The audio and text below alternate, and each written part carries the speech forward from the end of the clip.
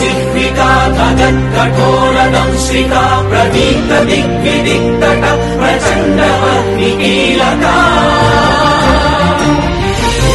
सहस्रशतसहस्रकोटिकोटिकेसर प्रभासमान भद्रनारसिंह ते नमो नमः नारसिंह ते नमो नमः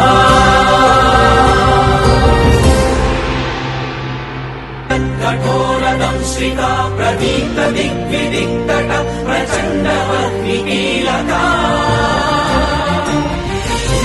सहस्रशतसहस्रकोटिकोटिकेसर प्रभासमान भद्रनारसिंह ते नमो नमः।